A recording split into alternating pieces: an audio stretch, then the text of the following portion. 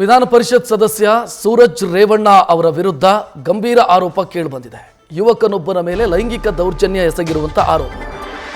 ಈ ವಿಚಾರಕ್ಕೆ ಸಂಬಂಧಿಸಿದಂತೆ ಕುಮಾರಸ್ವಾಮಿ ಅವರ ಪ್ರತಿಕ್ರಿಯೆ ಬಯಸಿದರೆ ಕುಮಾರಸ್ವಾಮಿ ರಾಂಗ್ ಆಗಿದ್ದಾರೆ. ದಯವಿಟ್ಟು ಈ ರೀತಿಯ ವಿಷಯ ನನ್ನ ಹತ್ರ ಮಾತನಾಡಬೇಡಿ, ಚರ್ಚೆ ಮಾಡಬೇಡಿ. ರಾಜ್ಯಕ್ಕೆ ಸಂಬಂಧಪಟ್ಟಂತ ವಿಷಯಗಳಿದ್ರೆ ಚರ್ಚೆ ಮಾಡಿ, ಅದಕ್ಕಾಗಿ ಕಾನೂನಿದೆ, ಅವರು ನೋಡ್ಕೊಳ್ತಾರೆ ಅಂತ ಸೂರಜ್ ರೇವಣ್ಣ ಕೇಸಿಗೆ ಸಂಬಂಧಿಸಿದಂತೆ ಕುಮಾರಸ್ವಾಮಿ ಮಾತನಾಡಿ.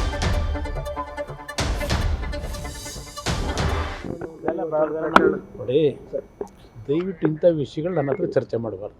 ರಾಜ್ಯಕ್ಕೆ ಸಂಬಂಧಪಟ್ಟಂಥ ವಿಷಯಗಳಿದ್ರೆ ಚರ್ಚೆ ಮಾಡಿ. ಆ ವಿಷಯಗಳನ್ನ ನನ್ನ ಹತ್ರ ಯಾಕೆ ಚರ್ಚೆ ಮಾಡ್ತೀರಿ? ಅದರ ಅವಶ್ಯಕತೆ ಏನಿದೆ? ಅದು ಕಾನೂನು ಇರ್ತದೆ, ಕಾನೂನು ನೋಡ್ಕೋತಾರೆ.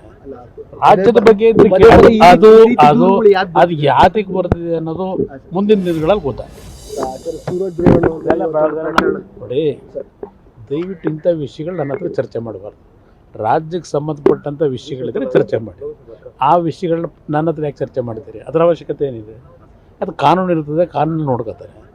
ರಾಜ್ಯದ ಬಗ್ಗೆ ಅದು ಅದು ಅದು ಯಾತಕ್ಕೆ ಬರ್ತಿದೆ ಅನ್ನೋದು ಮುಂದಿನ ದಿನಗಳಲ್ಲಿ ಗೊತ್ತಾಗ್ತದೆ. ನ್ಯೂಸ್ ಫಸ್ಟ್, ನಿರ್ಭೀತಿಯಿಂದ ನಿಮ್ಮ ಪರವಾಗಿ.